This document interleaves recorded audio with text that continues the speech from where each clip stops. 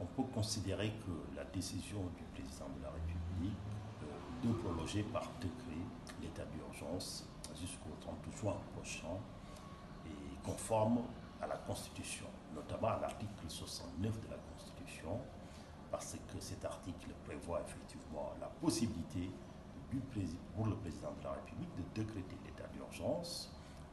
ce qu'il a fait dès le 23 mars dernier. Et cet article 69, ce même article, apporte un encadrement d'un délai de 12 jours qui fixe la validité maximale du décret proclamant l'état d'urgence, sauf si l'Assemblée nationale autorise le président à prolonger cet état d'urgence au-delà. C'est ce qu'il a fait parce que, avant l'expiration du délai de 12 jours, le président a sollicité et obtenu, dès le 1er avril 2020, de l'Assemblée nationale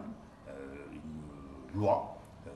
qui l'autorisait, en même temps qu'il lui donnait l'habilitation, l'autorisait à poursuivre l'état d'urgence pour un délai de 3 mois. Ce qui veut dire que si on fait bien le décompte, 1er avril 2020,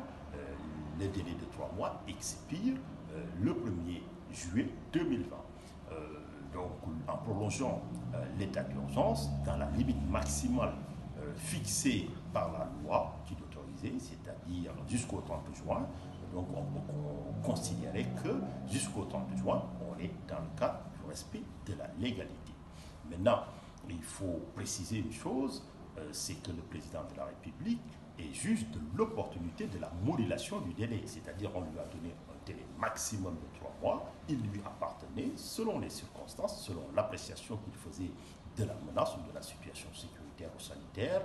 de voir s'il allait prolonger par 2 semaines, par 2 mois. Donc il a choisi donc de le repousser jusqu'au maximum possible. Maintenant, au-delà du 30 juin, il va falloir impérativement, pour pouvoir prolonger en tout cas l'état d'urgence, une nouvelle autorisation expresse de l'Assemblée nationale. Ce qui veut dire que si jusqu'au 30 juin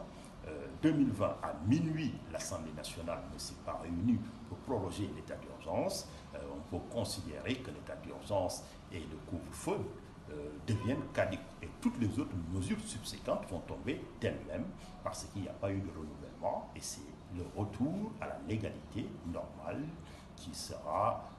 de mise.